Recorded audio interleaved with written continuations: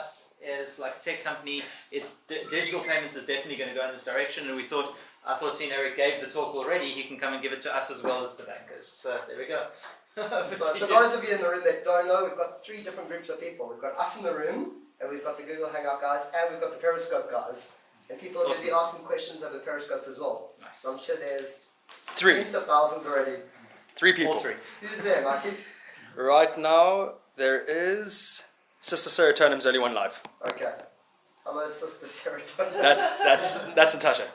So, where this presentation came from is that last week in Joburg, I spoke to about 100 bankers from all the various banks in South Africa with the question of whether Daddy's Deal should add Bitcoin to our website as a payment option. And I did a presentation about what is Bitcoin, the pros and cons, whether we should.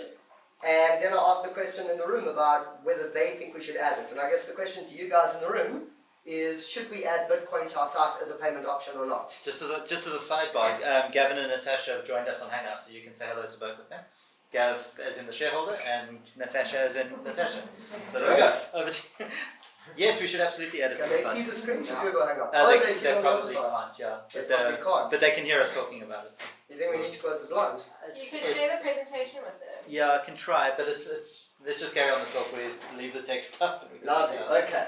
So the idea is that I want to teach you guys or share with you guys my thoughts on what is Bitcoin, and then more discussion about we as an e-commerce site, Daddy's Deals. Should we add it on along with SnapScan and PayU and all the other credit card sites, or shouldn't we? And before we even start, let's ask a couple of questions. Ding. So questions No, about. ding means that you've changed the Oh word. right. Okay, so when you ding, I'll change. So let's get a point of view first of all. Who thinks we should add Bitcoin? Definitely. Yeah, for sure. Yes, happy. Students. Okay, who tho we shouldn't? What do the guys on Periscope say? Yes from Jenna. Yes from... Alright. Brian, can I just knock Yeah, on? do that. Yeah, Okay. So Q here in the room has actually tried Bitcoin before. I've got a wallet. No I don't have any bitcoins in savings. That would be my question. It's about the South African market and its maturity around this kind of stuff. I lost it all in the Silk Road crash. You've got it? A miner. What's a miner? Bitcoin miner. Are you mining bitcoins? Yeah, well, my Oh, brother. you've got a Bitcoin miner. Yeah, Right. yeah. And how many Bitcoins or Satoshis have you earned? I have no idea. Just letting it run. Just do a second. Okay. So only one person in the room's got Bitcoin wallet, you? Yeah, I've got a wallet. Let's go. Okay, so I guess, have you ever used it for e-commerce? No. Okay. I tried and struggled to register. It was quite a mission to like figure out exactly what to do. This was like 3 years ago. Okay, next one. And then I guess you haven't used it on e-commerce. So Yeah. no one in the room has actually used Bitcoin on a wallet, on an e-commerce site to buy anything. No, sir. Question, what was the banker's response to those Yeah. questions? So out of 100 people, 2 people in the room had a wallet, a Bitcoin wallet, and none of them had actually bought it either. Okay. So, Interesting. right, next one. So, does anyone not know what Bitcoin is? I have no idea. You don't know what Bitcoin is? No. I know it's SnapScan. For the world. It's not Bitcoin. Okay, so let's turn the page. So this guy called Satoshi Nakamoto, apparently some anonymous guy, a couple of years ago, decided wouldn't it be great to actually have a currency which isn't involved with the banks at all. So it's got nothing to do with the banking system, it's a virtual currency, and basically you can use it to just buy and pass along to friends and use it to actually trade outside of the banking system. So, and it's purely digital currency. There is no physical things you give to people, it's purely digital. Next slide. The important note is that there will only ever be a fixed number of bitcoins released into the wild. Correct. Cool. So that's the specific one. Now the problem with Bitcoin, the way it starts in the beginning, so think about this. This guy called Satoshi, 7 years ago, or 6 years ago now, said, I would like a new currency where people can exchange with each other without having a banking fee. So if I've got a Bitcoin, I want to send it to you, I send you a Bitcoin from my wallet to yours, and there's no fee. So it sounds like the perfect system. But think about it, this is what blows my mind. I still don't have the answer for this. This is 7 years ago. Some guy said, let's create a currency, and what does he do to actually get it going? How do you actually get a currency going? So apparently what he did, and this is like a fable, and I'm not quite sure, is he asked about 10 of his friends to each basically take one Bitcoin. He gave 10 of them a Bitcoin, and then he asked them to start passing it from one person to another. And then he created what they call mining. And what mining is he needed a way when I send a Bitcoin from us. So say he started off by just giving each of us one Bitcoin, and that's how the thing started. And then he said, start sending it to one another. But now if I send it to you, how do we know that it really is a legitimate transaction? So he created this methodology called mining, which allows other people to verify the transaction. So when I send a Bitcoin from myself to you, everyone else in the room can verify the transaction. That's called mining, by using their computer power to make sure that the transaction is actually genuine. And when we use it, Bitcoin, the actual company, or the organization Bitcoin, gives all of us a little bit of Bitcoins for verifying the transaction. So that's this concept called mining. So if you think about it, we started by giving each of us a Bitcoin in the room, and then I send a Bitcoin to you, and all of us use our computers to verify the transaction, and we all start getting smaller amounts or fractional amounts of Bitcoins for verifying, so that the overall amount of Bitcoin which is being released grows. And that's how it started. Through verification. Through verification. How do And you so verify it? It's a mathematical it's a algorithm. mathematical equation. You basically, it's getting easier to do it, or it's getting harder to earn from it, but it's getting easier to mine. And I'll go into what mining is just now. I'll actually show you guys, because I've spent a lot of time mining as well. And it's quite interesting, that side. But if you think about it, you can watch this one as well. But if you think about it, in the beginning, so he issued 10 Bitcoins, and now currently we've got about 12 million Bitcoins in the world. Each of them at the moment are worth $200. So it's worth at the moment about $1 billion Bitcoin around the world, the valuation. It was up to, well, it's even higher maybe, but it was up to about $10 billion, the valuation. But when it started, only a few people basically were probably given a Bitcoin, and then more and more people started earning Bitcoins from verifying. And in the beginning, you could let your computer just run for a couple of weeks, and you could earn yourself 50, 100 Bitcoin, which in today's money is worth like $1 million. Interestingly, because the scarcity of the coins increases. In the beginning, like Eric's saying, you could leave your machine running, you could earn, you could find Bitcoin essentially. Then it got to the point where guys were using graphics cards in the machines. They would line up 5 or 6 graphics cards and do all the processing on the cards. Then it got to the point where guys were like, okay, now we need server farms, and the whole server farm's doing it. Now, the one guy who was at a talk that Vinny gave, Eric's colleague, there was a guy in the room who's got a server farm that's essentially plugged into a nuclear power plant because he couldn't get enough power to actually. Well, it's not only because of that. The other reason is because it actually costs more money these days from the electricity of mining than it does to actually you earn out of Bitcoin mining usually. But if you can connect to a nuclear power plant, you can use all the energy for free. Yeah. So the guys that are mining in a big way at the moment are these professional Chinese syndicates in China. I'll show you pictures of what they're doing. And they've got tens of thousands of computers stacked up in rooms connected to nuclear power stations. Wow. And that's how they're mining the Bitcoin. So the funny thing is 6 years ago, Bitcoin was worth 1 cent per Bitcoin. And so people used to earn 10 Bitcoins, so it was worth 10 cents. Now a Bitcoin is worth anywhere from $200 to $1,000. Those Bitcoins which were worth a cent are suddenly worth $200, but now you can't get them anymore from mining because it's become so hard. This thing was big in the news last year. Like sort of. There was there was a massive crash in the Bitcoin market last year, and they say that in 2 days the relative valuation that was lost was about the same as the entire loss in the of the .com ban. That was the big story. So I'll tell you 2 stories quickly before we carry on. So one story is that in the early days, someone was using their computer to mine, and they earned themselves quite a few Bitcoins, but they were worth each a cent. And so when their computer became an old computer, they threw it in the trash, and they didn't think of it, and the Bitcoins was worth 60 cents or $1 or whatever it is, and they didn't really think of it. And it went up from 2 cents a Bitcoin up to $1,000 a Bitcoin, and those Bitcoins in their machine were at one stage last year worth 4 million euros. 4 million, but this little hard drive of theirs is sitting on a soccer field somewhere in a UK rubbish dump. The size of 20 soccer fields. Yeah. So now the value of those Bitcoins in that guy's laptop or machine is currently worth, as today's valuation, about €1 million. And apparently, at any stage of the day, there's about 100 guys sitting on the soccer field trying to find this computer. It's worth $1 million. So basically, there's people trawling through rubbish dumps to try and find this computer. And there are hundreds of stories of that. So that was the one thing. The second thing I want to mention to you is that most of the people that use Bitcoins at the moment are either what they call speculators. They're buying, hoping the price will rise, or they're trading or arbitraging it back and forward. Or it's people that are using Bitcoins for dodgy legal stuff. And that's why when Brian said there was crisis last year, they're now starting to, when you want to buy Bitcoins, they're starting to create a much better FICA process to actually get yourself in.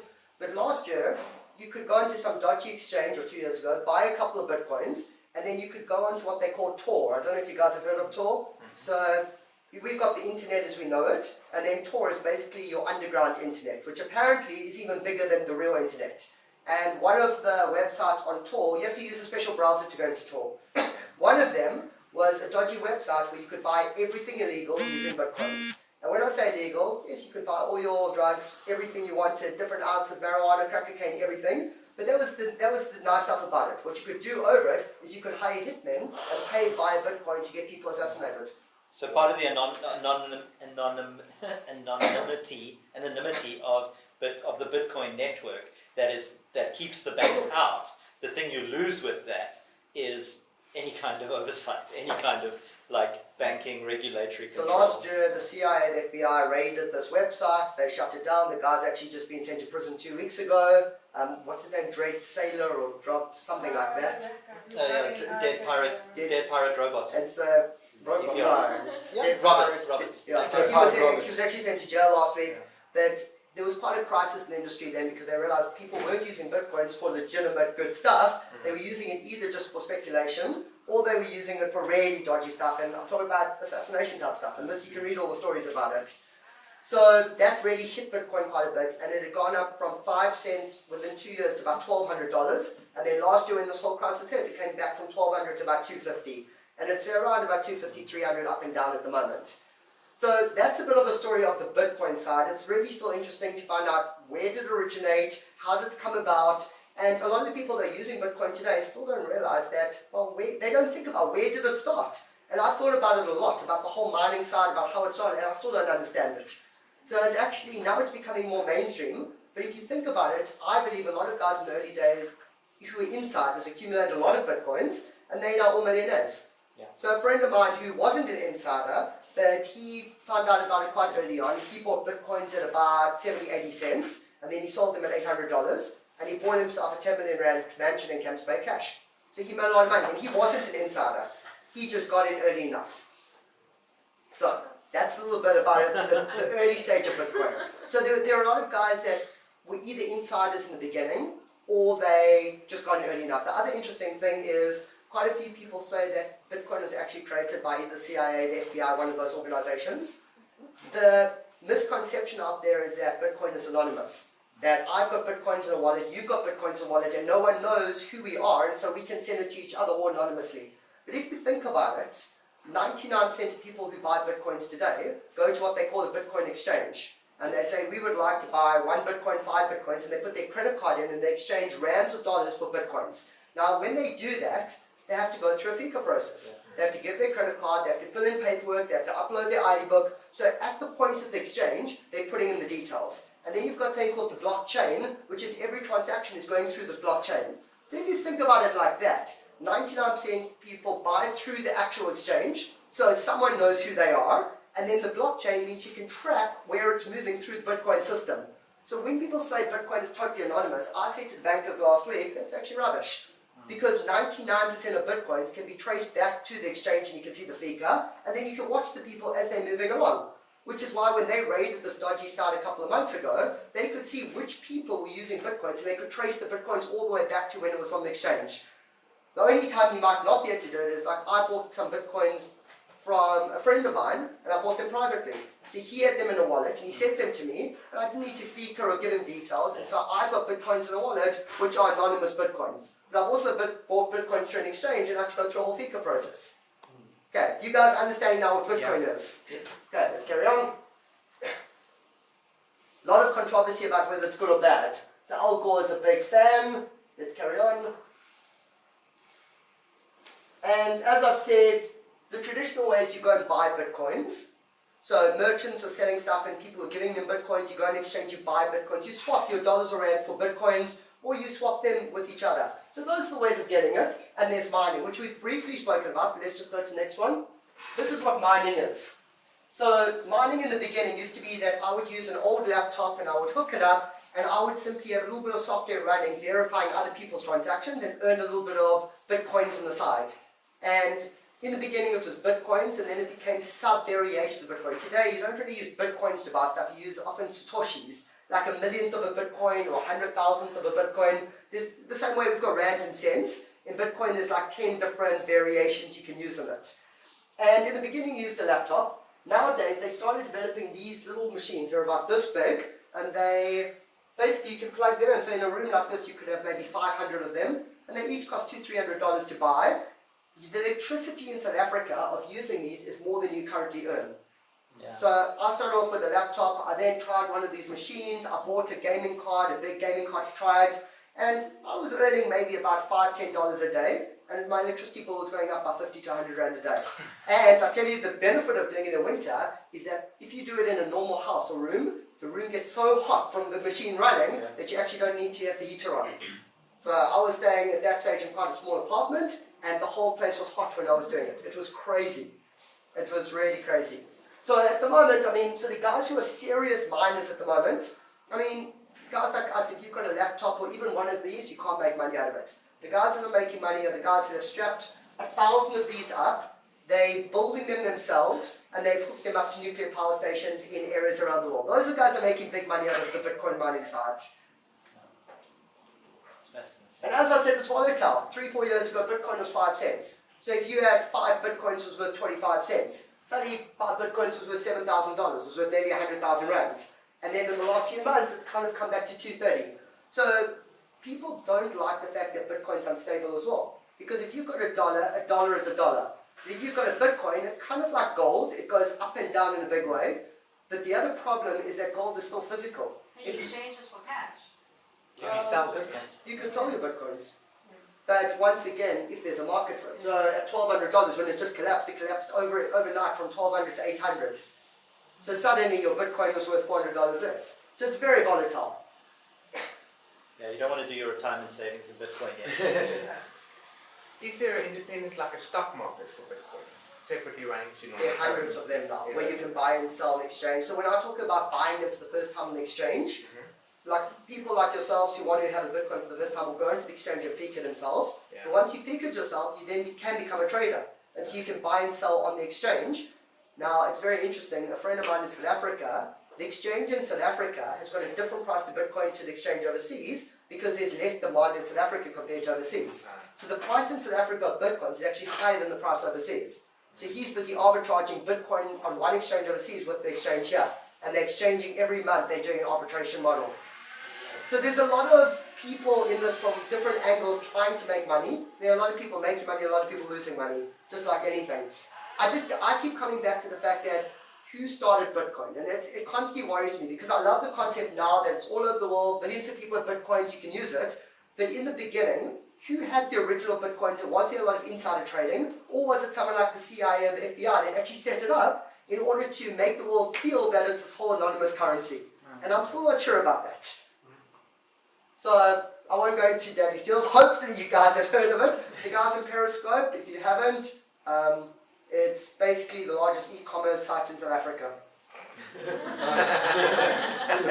Silence humans.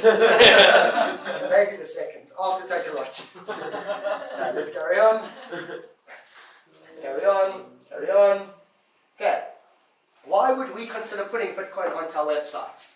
There are a whole bunch of reasons. First of all, if people have Bitcoins already, then maybe they can use the Bitcoins. Because as I said, there's not much that people can use Bitcoins for. So if I'm sitting with a Bitcoin at the moment, I can keep it and hope that it'll go up over time. I can send it to other people as like a P2P type mechanism. Like, if I owe you money, I can send you a Bitcoin instead of sending you some rand, assuming you want Bitcoins. Or I can use it on an e-commerce site, but there are not that many sites in South Africa that have it. So if we put it onto our site, and there are people in South Africa that use Bitcoin, at least we're giving them an avenue to actually use them. And I'll show you examples just now. At the moment, there are lower fees. We can get some PR out of it because everyone's talking about it. And there's this community of Bitcoiners, which I think from a marketing point of view, imagine we go into Facebook and we start marketing to the Bitcoin people. Anyone in Facebook has said there's an interest, they're interested in Bitcoin, we start promoting Daddy's Deals. It's a very targeted way of actually trying to get the right community who already have money because they've got Bitcoins to come to our website. When we're talking about lower fees, I'll go into that now because if we were to try and put on Bitcoin software onto our machine, if we were actually accepting Bitcoins, and then we had to go and take these bitcoins and the valuations were jumping up and down, it would be absolutely crazy. What's happened now is that these exchanges have come along, and these exchanges have said, we'll put the software on, we'll take the bitcoins as soon as they're received, and we'll give you rands. And so when we basically have the Bitcoin logo on our site for people to accept, we're accepting bitcoins, but we're not taking any risk. It's not like we're actually keeping the bitcoins. Someone pays for something with a bitcoin via PayFast. PayFast give it to an exchange called BitX. BitX exchange it for rands, and the next day we've got rands in our bank account the same way as if someone paid with a credit card and we got rands in our account. So, How do you price things? so the way PayFast and BitX work it is that the little app on our site will automatically move up and down depending on what the value of Bitcoin is. It's all automated. Who determines the value of Bitcoin? So whatever the exchange The market value price is, at the given we would time. pull in at the particular point of time. As I said, the value of the exchanges differ around the world, but it's all much of a muchness, maybe within 10%. But if you look at the US dollar right now, you could get a few quotes for it, and because it's quite stable across markets, they'll be within a couple of cents of each other. But you'll get different quoted amounts for US dollars to rands, or for that matter, shares in the company. And Works but it's exactly determined by the dollar. Is that the bar that's set? No. It depends on who's willing to buy and sell in what currency. So on the South African exchange, we traded on rands. In the American exchanges, it would be in dollars. In Japan, before Mt. Gox was the biggest in Japan, they went under because they had a theft of their bitcoins, and so they actually had to shut down the exchange, and people lost all the bitcoins that were sitting there, and people lost their bitcoins. Okay. The other thing with bitcoins, remember, is that it's totally virtual, and there's nothing backing it up. So if you've got, I've got bitcoins. Can you retweet? Sorry, we're just dropping off. We're just dropping off a little bit. I just want to. Sure. Please, sorry to interrupt. Retweets. Let me just do this quickly. Yeah, do it yourself. Thanks. So, where was I going now before Mike interrupted me? Sorry, Mt. guys. Gox went under. I can't remember That's what what- I was going to talk For about. TT virtual, there's no backing. Oh, so Backed by commodity or So what I did is I set up on a computer at home. One of the computers I actually bought purely for mining. I went and set up a wallet, and I put a small amount of Bitcoin in. I've got a Bitcoin sitting in there, and I decided you can password protect the wallet, because if you don't, someone can simply pick up the computer and take the Bitcoins out. Or if they're sitting at your place, they can just transfer the Bitcoins out. So I password protected that wallet, and I can't remember the password. And there's absolutely nothing I can do now. There's no way I can retrieve it. I can't go into a bank and say I want my Bitcoins back. So unless I can figure out what the password is for that Bitcoin wallet, I've lost that Bitcoin. It's gone. Same as losing $10 though. Like you could lose a 10 rand note and it's still alive in the market, but no one's ever going to use that 10 rand. But people often will sit with maybe 10 Rand or 100 Rand in their account. If you're sitting with 10 Bitcoins or 100 Bitcoins worth thousands or millions of Rand, Can't get it out. usually you would sit at a bank with that type of money, and if there's a problem, you would go into the bank to sort it out. You wouldn't normally sit with like 20,000 Rand cash in your, well, some guys did, but not everyone. The interesting point that you make there actually is what's quite cool is Bitcoins are a lot more comparable with physical currency in that sense than they are with banking, than they are with a bank account. I mean, you destroy a 100 rand note and, and the bank still believes that 100 rand exists. Exactly. So whether you lose your password and no one can ever use that Bitcoin again, or you tear up a 100 rand note, it's like the same thing. It's still live in the market, but doesn't exist. True. But people are sitting in their Bitcoin wallets with some of them hundreds of Bitcoins, where they now can't retrieve it because they've forgotten the password. Yeah. That's true. Is that right? No, wrong way. Sorry. So we've gone through this, the fees are lower. Bitcoins and interest. So why wouldn't we use Bitcoin? So it's more about these reasons, that from a development team point of view, we would have to put more development into our site to put as an extra payment option. On Dwarf's point of view, there might be extra recon. Instead of just reconning the credit cards and the EFTs every day, now we have to recon the Bitcoin transactions. And what about the fraud and volatility side? Now the fraud and volatility side, if you actually put Bitcoin onto your site directly, there would be massive concerns on fraud and volatility. But if you're using the way I spoke about earlier, which is we've got PayFast, transferring directly into BitX, transferring directly into Rand back to us, there's absolutely no fraud and volatility. Because we've got a little thing called Bitcoin. As we receive the Bitcoin, it gets transferred into Rands, and we receive the Rands. and there can't be any fraud issues, and there can't be any volatility issues because we're getting paid straight away. So if you're using an exchange to accept Bitcoins, there's no problem with that. So the only issue we have to think about for putting Bitcoin on are these three. Implementation cost, manage additional refund, and would anyone actually use it? Because if we've got too many payment options on our site, it would confuse our customers. Don't know? And the thing with payment options is that it's great. At the moment we've got credit card and we've got EFT, which hopefully isn't too confusing. But even some people will come along and go, what is EFT versus instant EFT? And what is Visa versus MasterCard? And so the more options you have, the more complicated it gets for the average man in the street. Although I disagree, I think that the more payment options we have for the man on the street, the more chance we have of someone buying. Okay, let's carry on. So here's just some of them. So this is maybe just off the top of my head. We could probably put maybe 10 or 15 times more than this.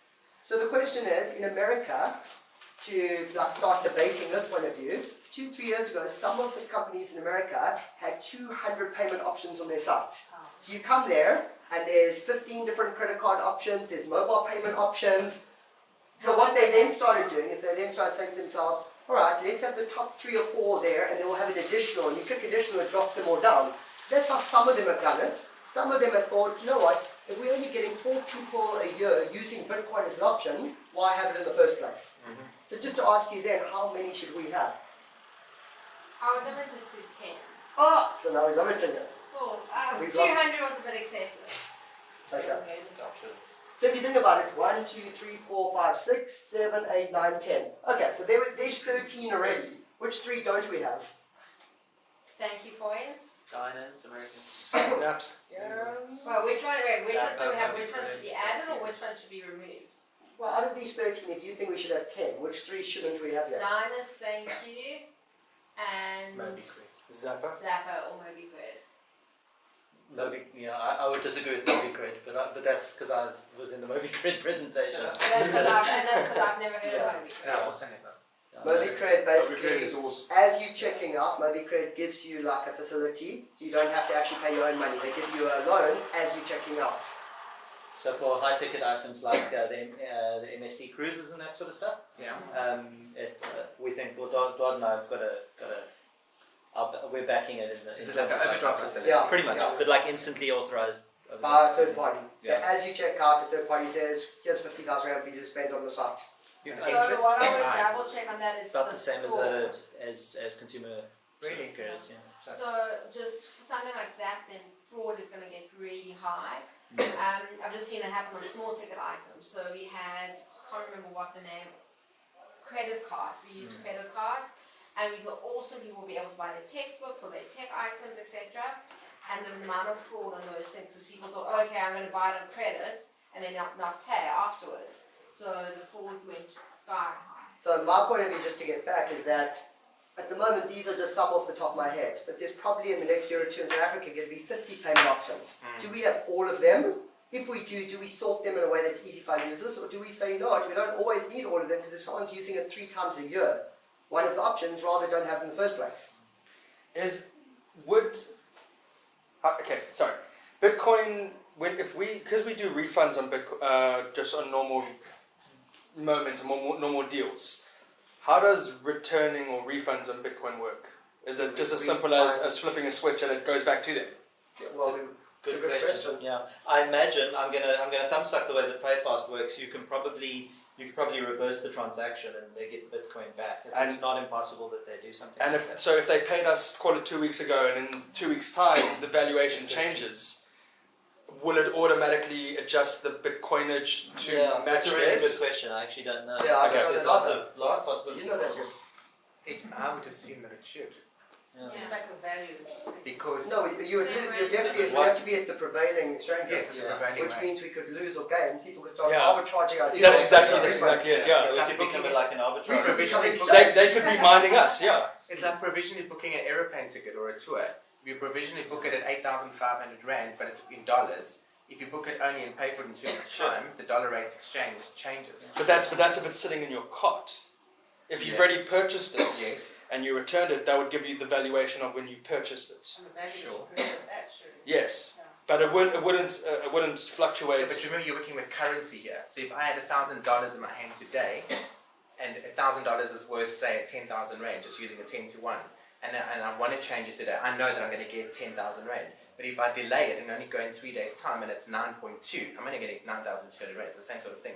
So Kind of giving is, it yeah. back, Okay. giving it Okay. back, you've got to just understand that it's exchange rates. But through conversations like this is where we realise that we're going to need to have fairly clear Rules Terms about and rules, conditions, and yeah. terms and conditions. So on the no side that say- refunds on Bitcoin Yeah. purchases. Yeah, exactly. It could be something like that. All the Beautiful. refunds will be in rands. Yeah.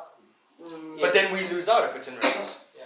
Because we're actually giving out tangible currency. No, we Well, get a deal paid costs rands. us. A We deal get costs paid- us rands, and we get paid in Yes, rands. we get paid rands. So whatever we got Yeah. paid in rands, we would refund in the rand amount. Yeah. Oh, okay. But isn't that a financial refund nightmare from Bitcoin? Oh, he digs it though. Don loves it. No, it's not. Brian because Fun- it's not. systems. Duarte, our financial director. Okay, let's carry on. And you're under our behind us, and I immediately looked at. Okay, currently in South Africa there are two exchanges. There's BitX and there's LBC, and in total 5,500 Bitcoins, so 5,400 being traded every month. Times $200, that gives you an idea of how much is being traded. And in South Africa there's 30,000 merchants basically accepting Bitcoin. That's what's Wow. claimed. Wow. Wow. I think it was everyone. Wow. Sure. Who? How many are there that many e-commerce based companies? The biggest Oh, e-commerce okay, site there doesn't we have them on. So PayFast allows all 30,000 merchants to accept Bitcoin. Let's carry on. Good buy. But of that, in February 2014, there were 6 merchants in South Africa accepting Bitcoin. And in May 2015, there were 127 who had done one transaction on PayFast. And the interesting thing is PayFast is doing 50,000 Rand per week in terms of Bitcoin transactions in South Africa. The highest one they've had so far is an 18,000 Rand In purchase. Bitcoin. Yeah. Wow. So someone, Is it someone, Good buy or no Good buy part of PayFast? are they? So maybe it was a bit of buy. So the interesting thing is, and it's pretty standard, they said to me, when I spoke to PayFast, they said they launched Bitcoin on them 6 months ago. They've had consistently 50,000 Rand a week since then. So that's the type of money that South Africans are spending on South African e-commerce sites using Bitcoin at the moment. 50,000 Rand a week. Interesting. And this was just Simon Diggle from BitX saying he thinks it's a small group of people, but the small group of people are still spending 50,000 a week. Next one. This was interesting. This was South African Travel Online. They sent out an email to their 55,000 used letter database, and he said they got no uptake whatsoever. They don't know why. I think it's the type of, well, the item that's being sold as well. Like someone might not want to use a huge chunk of bitcoins. There was not one little bit of interest out of 55,000 people. But What are they selling though? is it security? Is it security? It's a But cruise he was like speaking MSC. about MSC cruises, which was interesting. This was an example from them. Is it from a security point of view that they're concerned that they're not really sure how it's being used? I'm saying is it No, a pure the company ignorance was point of view? accepting Bitcoin. Consumers just didn't want to spend Bitcoins on ya, or their 55,000 people didn't have Bitcoins. That's what I say, they're talking to the right people. Yeah. Are they storing it like gold, hoping it values? Not impossible. Yeah, maybe people don't have enough Bitcoin. I Maybe they think. can't afford it. Well, as I said, if you go back to the previous 8,000 slide, Bitcoins in per South Bitcoin. Africa at the moment, there's 5,500 Bitcoins per month being exchanged. So there's at least that amount in South Africa. Now, if you take 5,500 times $200, what's the value of that? Yeah, but you said there was 55 grand a week. Yes. On exactly. PayFast.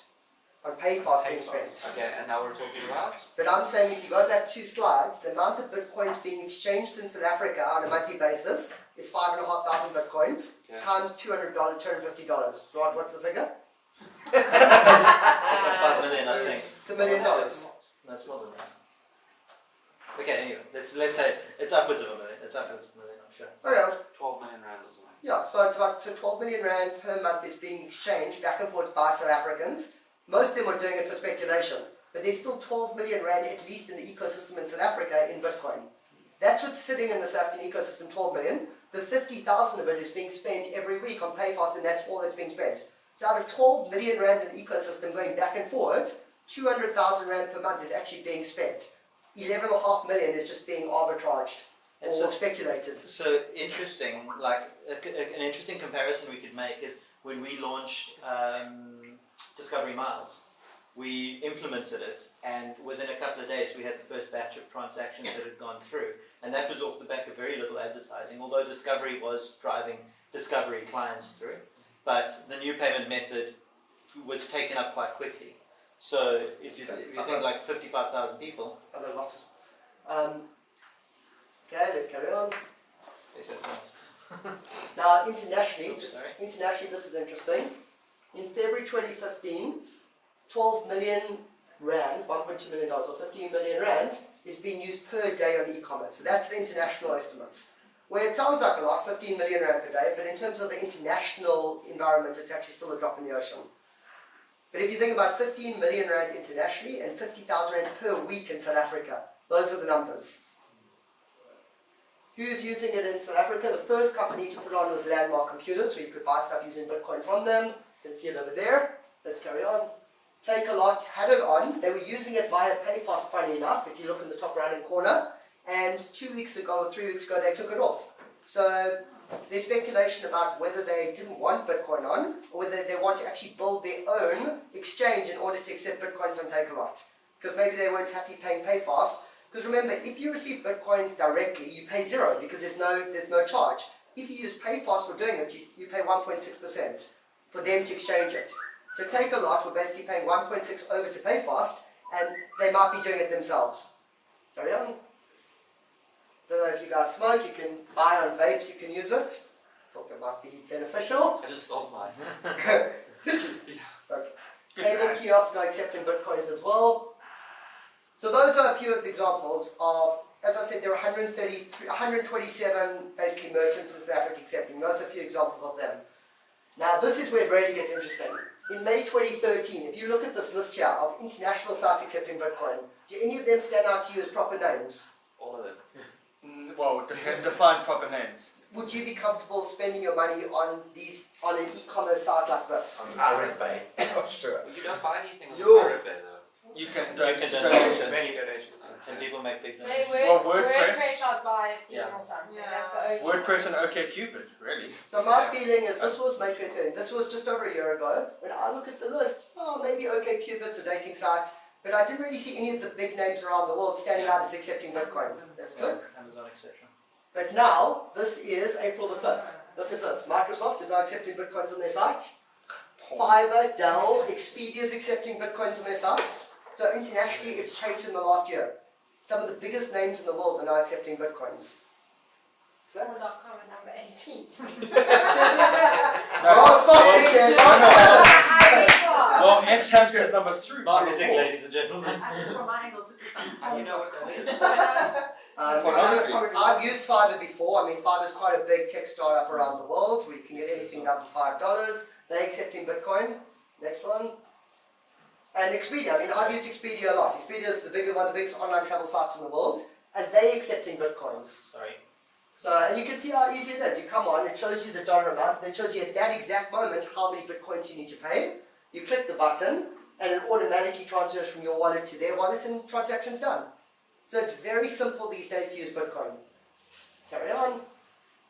Have all of you guys in the room heard of Gift or not?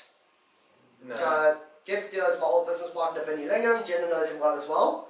We did a couple of businesses together years ago. 2 years ago, 2.5 years ago, he went to America. Well, he was living there already. He came up with this idea for a mobile wallet. He thought, wouldn't it be cool to let people take their gift cards and put it onto like a mobile wallet, so you don't have to have 25 gift cards in your wallet. So he built a wallet. He went to a couple of big retailers. He convinced them to sign up, some big retailers. And what he did is he decided very, very early on, let's let people buy gift cards on this mobile wallet using Bitcoin. And because of that, let's click the next slide. In 2013, when he launched the company, 90% of his transactions were from Bitcoin. So if he hadn't added Bitcoin as a payment option, no one would have used the site. Now his transactions are going up. In 2014, half his users were, and this year at the moment, 20% of his users are using Bitcoin. Because of that, because he managed to get so much demand for Bitcoin, he started the company 2.5 years ago. He's a South African guy living in Palo Alto, and he just sold the company for R1 billion. So, and he was on Dragon's Den in South Africa and everything. The biggest reason probably was because of Bitcoin. Well, there are two reasons he sold it, but one of the reasons is he managed to get massive demand for buying gift cards using Bitcoin. Next slide. Now this is interesting. Alan Tickor, it's a big guy in Silicon Valley who I know. So I asked Alan, why did Vinny get so much demand for it, and was it only on the gift card side? And Alan said yes. He thinks it's great for laundering money. I thought that was very cool. He says, well, if you've got all these gift cards, you can buy a Burger King card and a Walmart card, and you can buy it for $10 with Bitcoin, and then you can swap that gift card out for something else. It's an easy way of moving money around. Whether that's true or not, Vinny did well, and I'm happy for him. That's what Alan said. I don't think the mafia is that like tech savvy. And I don't think they'll accept Big Macs as payment. No, the point is that if you're a drug dealer and you manage to get your money into Bitcoin, and now you need to get it into US dollars, you exchange it for Burger King vouchers, and it's quite easy to sell the Burger King vouchers on the street. True. A $10 voucher, you can say, here, I'll give it to you for $8, and you're moving the money from one part to another. They did that in the States with phone cards a couple of years ago. That's how they were laundering money. They were using phone cards. If you want to get money out of the US into Mexico, Best Buy, I think it's Best Buy, operates in Mexico, and they accept Best Buy US gift cards in Mexico. So you buy gift cards in Mexico, $100 worth of US currency. You take the gift cards over, then you give those gift cards to other people and you trade it for currency, and you don't pay anything. Whereas if you go to a bank and you try to do that, you get charged. So people are doing it. I mean, it's a big thing that gift cards are being used for in when the you US. think about Bitcoin now, if you've got Bitcoins outside of the US and you want to get the money into the US, all you do is you move the money into the US, you buy lots of gift cards, you sell them in the US until you've got dollars. So whether it's true or not, I have no idea. I won't go through the risk and fraud. We've gone through that. I've gone through our process. Let's carry on. And volatility, as I said, if you were to put the Bitcoin logo yourself and start accepting Bitcoins on our site, it fluctuates every day. It would be crazy. But if you use PayFast and they take the risk and they pay you in rand straight away, there's no volatility. What commission does PayFast take? 1.6. And credit Per, cards of Bitcoin. $1.6 of the transaction. of the transaction value in rands. Okay. Where remember, credit card is between, say, 1.6, 1.5, 1.6, and 2.2, or 2.5 even. The PR value, wow, what happened there? PR value. Yeah. It's probably Google being weird. So, just go back. Sorry. So on the PR value, the amount of hype on the Bitcoin side at the moment is just ridiculous. And so there's conferences, there's talks, there's a magazine called Bitcoin Magazine, which you can subscribe to every month. There's thousands of websites dealing with it. There's communities of people that are meeting offline and having Bitcoin discussions. So if there are only 127 websites in South Africa accepting Bitcoin, and we became 128, would we get a lot of PR out of it?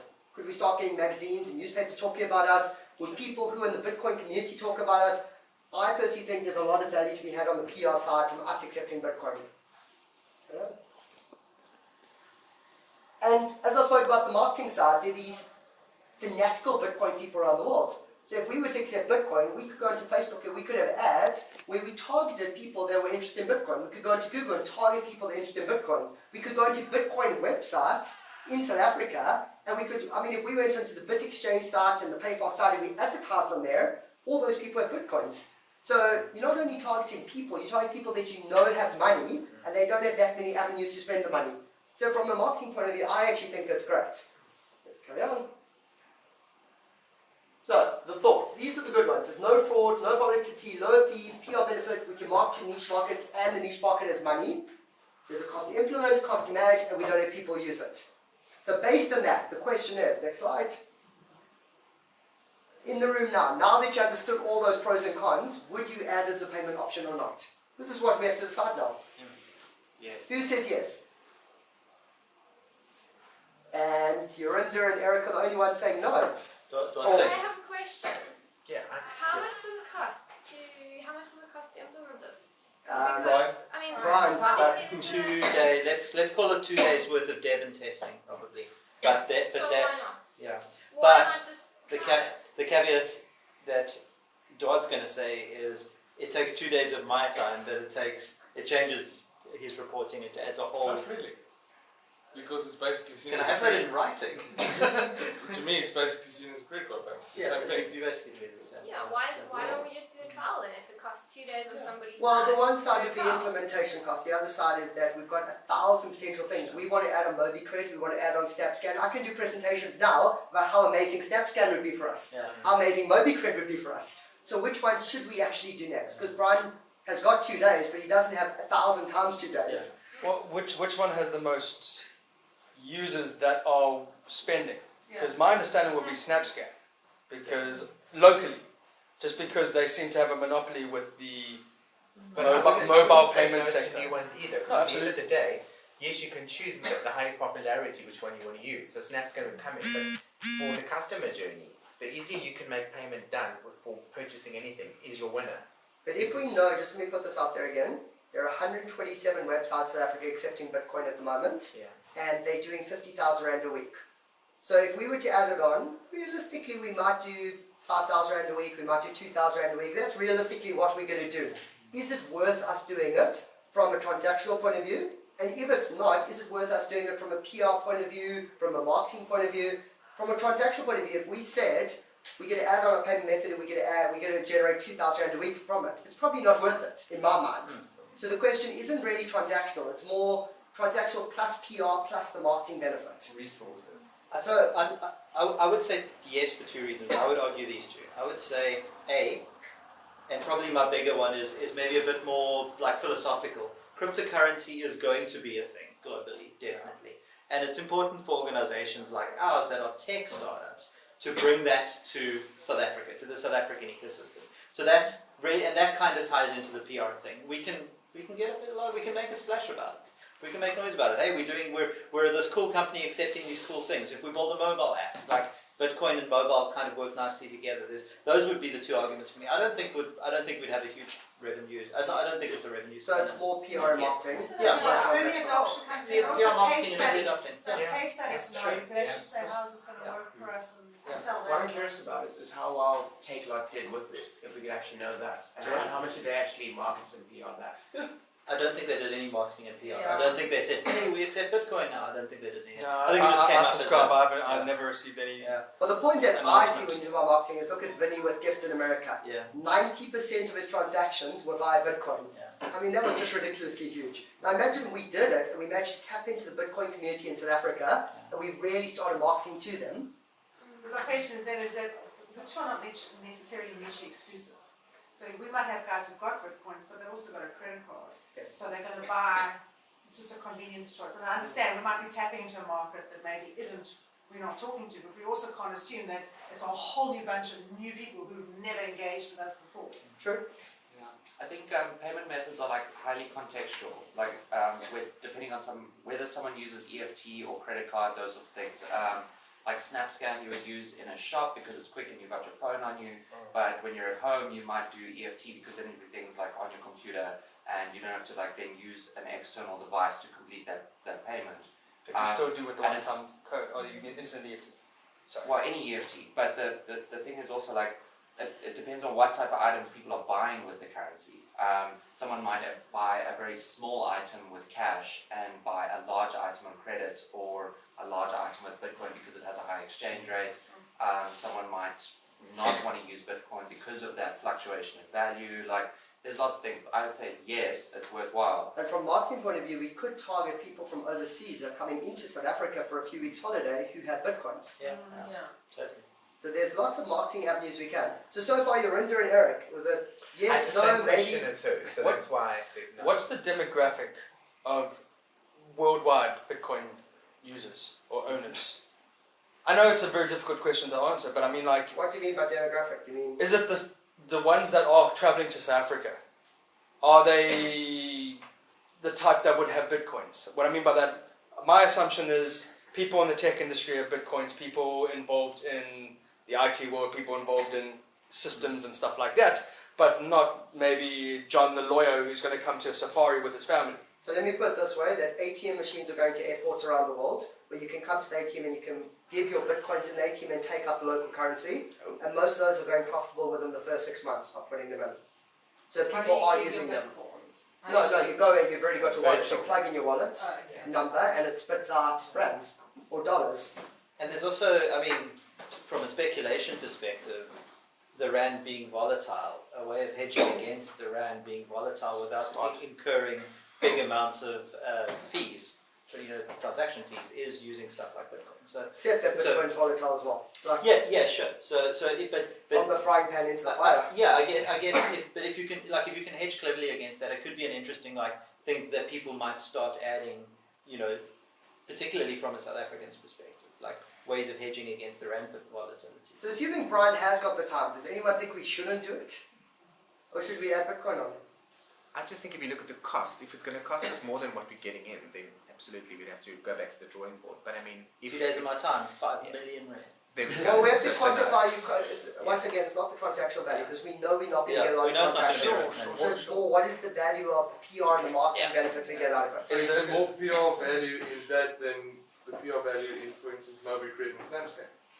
Yeah, I because so think many so. more people are doing SnapScan. Like there was some other site that had SnapScan the other day. Like everyone's getting SnapScan. Yeah. Well, let's talk about it in that way. I don't think I could do a talk in front of 100 bankers about whether we should add SnapScan to our website. Maybe we could, but I did a talk to 100 bankers about whether we should add Bitcoin to our website, and I've got 4 other talks lined up with the same presentation.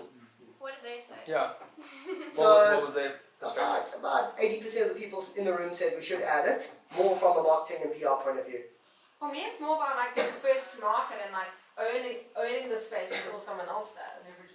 Yeah, and leveraging from that, and that's got the PR That's what value. Vinny did, right? Yeah. He got so much PR in it that Ellen DeGeneres actually featured him on the show every year now. So because of the momentum and because of the PR he got these big brands like Ellen phoning him and going, I've now heard of Give, can you do something on my 13 days of Christmas giveaway? And he does it every year now. So And it was there's no purely extra because running of the momentum. costs. Sorry, there's no extra running costs on this. It's just your 2 days development. Who Time takes the management. percentage? Like 1.6. if no one owns Bitcoin, who takes that 1.6%? Well, if we were to put Bitcoin ourselves, if we said you can pay Daddy's Deal Bitcoin wallet directly, there would be no percentage. Oh, yeah. So we would give, if you're in to pay Daddy's Deals, then we would receive 1 Bitcoin from her, and that's it. The point is, But if we then don't Bob will want, get very upset. if we don't want Bitcoins, if we want Bitcoins to automatically exchange to rand, then we use a system like PayFast and BitX to exchange it, and then we pay the 1.6 to them. So we pay to PayFast, and PayFast pays a bit to BitX. Okay. So my answer, 60-40. So I think we should. I don't think we'll get much transactional value out of it, but I do think the marketing and PR will be amazing out of it. It's a touch and go. You never know. 25 years ago, if you told your parents you're going to be using this thing, they'll say, "Oh, you mad? I don't want a phone in my hand." Today, everybody uses it. playing with us. Well, Absolutely. think about it. Everybody Today, uses today, it. 20 years ago, was the Rugby World Cup final. Correct. We're probably all watching in front of our big TVs, Those were- you That's the know, ones. doing our school homework with like paper and pens. Yeah.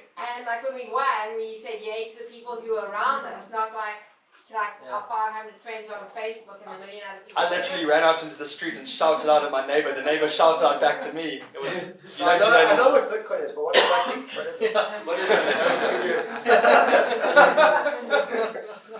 So if we don't go through something like PayPal, right, we hold the Bitcoin, then we need to then ask Duarte daily to watch the Bitcoin exchanges and prices, and then so you end up having basically a trader. It would be internally. crazy to do that. It'd be a huge amount of mission to manage. Yeah. It is. That would be crazy. We would definitely, if we use it with... Bitcoin financial manager. If we're, like we could tap into the current market price. So every transaction is then tagged with the current market value of Bitcoin, how much they paid, that sort of thing. So it wouldn't be too difficult. It's just about more. What I mean is to mitigate against the volatility. So Yeah, when now it's we've high- got the Bitcoins, what do we do with them? So Keep them and then sell them to your employees, because your employees pay your employees in Bitcoin. So there are a few companies in the world already paying Bitcoin to their employees. I'll accept Bitcoin. I'll take gold bullion, please. Great, so that's Bitcoin. I think you guys understand Bitcoin now. Awesome. But more. Very interesting. Let's see, is there anything? Dean says we also need to be careful about how we manage the user experience. Too many payment methods, the stuff we were talking about earlier. Yeah, Jenna and him have a discussion because Yeah. they disagree. Okay, and that is, that's everything from... Yeah. Cool, that was awesome. Anything else from around the room? Anybody want to ask anything? Yeah, can we have Bitcoin on tonight? Yeah. Just a question. It would be very interesting to know how people view Bitcoins, as in because that's Do they know? yeah, and how that determines how they're going to spend. We could Have you send sent out out a survey? It's just straight off the cuff without having thought of this at all, so I'm looking at Jennifer, she's going to throw something at me. I mean, we're sending out that customer service questionnaire. It's the sort of thing we And could tack on at the end. Would you pay using cryptocurrency? Would you pay using Bitcoin? Or even do you know? I don't know if there's any bad. Well, yeah. I think the first question is exactly, do you know what you know Because about let's be very honest, cryptocurrency? 10 years ago, if you spoke about e-bucks, people would say, what the hell are you on about? Today, everybody knows what e-bucks is. So it's taken a while to get there, but they know what e-bucks is. And now the last thing I'll mention is that today, obviously, I only spoke about Bitcoin. Ryan has thrown a term called cryptocurrency. Yeah. So cryptocurrency, Bitcoin is one of the currencies in cryptocurrency. There are already hundreds of other currencies. This is where it gets really interesting. There's Litecoin and Feathercoin and Dogcoin and hundreds of others. Most of them have all collapsed in price. At one stage, they were starting to get decent valuations. But now what I want to leave you with is that Bitcoin and all these other currencies, the exciting part, this is why the venture capitalists around the world are getting excited. It's not about the exchange of money. It's about the exchange of everything. So basically, if you want to own property, you could use the blockchain for property ownership. If you want to have IP, you could use the blockchain for ownership. So the big guys around the world, the very clever people around the world, are realizing that this methodology isn't only for exchanging money. It's for basically controlling asset registries of every single thing around the world, and it can allow the entire world to be tracked using a different methodology, this blockchain methodology. And so, to me, what's more exciting than Bitcoin is blockchain, which we haven't spoken about today in depth. But imagine every single property registration in the world was on a blockchain, and you could log in and have the ability to exchange property just by clicking. So if I were to take my property that I own, my flat, and give it over to you, literally if I use the Bitcoin blockchain methodology, I basically click a button and you now own it. Done. Can I just, you think, what's the tax regulations on this? Different countries around the world have got different opinion. Some have outlawed it totally, some have supported it, some are still neutral. South Africa hasn't actually made a ruling yet. So some countries it's illegal Bitcoin. Some of them are saying, because it's a store of value, if they see it as a currency, and they've already got a currency in the country, and they've got exchange regulation, then it potentially can be illegal in some countries. If there's no exchange regulation in the country, then they obviously wouldn't mind. And in South Africa, they haven't made their minds up yet about whether it's a currency or not. Are they leaning towards any side? They're probably waiting for the They are deliberating. The bankers, or, you know, when I spoke to the banks last week about it, they didn't really understand the mining side or any of that side. But when they were talking about the Reserve Bank and the foreign exchange side, they totally understood how Bitcoin was being presented there. There's a lot of discussions happening on that side. And I think it's RBS is one of the first banks around the world to fully fund and open a Bitcoin or actually cryptocurrency blockchain division that is looking at like how the bank is going to use this. So it's a serious thing. I think it's RBS. It's one of the big ones. Let's do it. The mission buying Kandla. Well, that's what the banks Take back our money. It's putting the pressure on the banks because they're like, well, we have to do something about this or we're going to become irrelevant. So now I've just thought of something interesting. This is cool because now we all understand Bitcoin a bit more. You guys probably don't know what RTB is. And I propose Jenna next week does an RTB talk. Nice. Come, Jen. Because I'm really keen. I was about to buy RTB for Dummies yesterday. Because I wanted to read it. And so, but if you can give us a talk, that'd be awesome. Free. Jenna. Join us next week on Periscope for RTB Talk with Jenna. Thanks everybody that was on Hangout. It was fun to have you. Thanks, Natasha. And Jen will be presenting on RTB next week. Yeah, like RTB is so like in the air. Cool, Everyone guys. has a different idea on RTB. Okay, we'll smoke some pot. Sweet. That's our operation Yeah, Eric's manager. gonna ask like all these intricate questions. I will. Exactly. I will. Thank you everyone for joining us. Please go look on this. It's going to be on for 24 hours. So if you missed the beginning part, please go back on and check on Periscope. Also follow us on Daddy's Deals and also check us out on Facebook and also go to www.daddysdeals.co.za. Thank you everyone for joining us. Have an awesome day. Bye!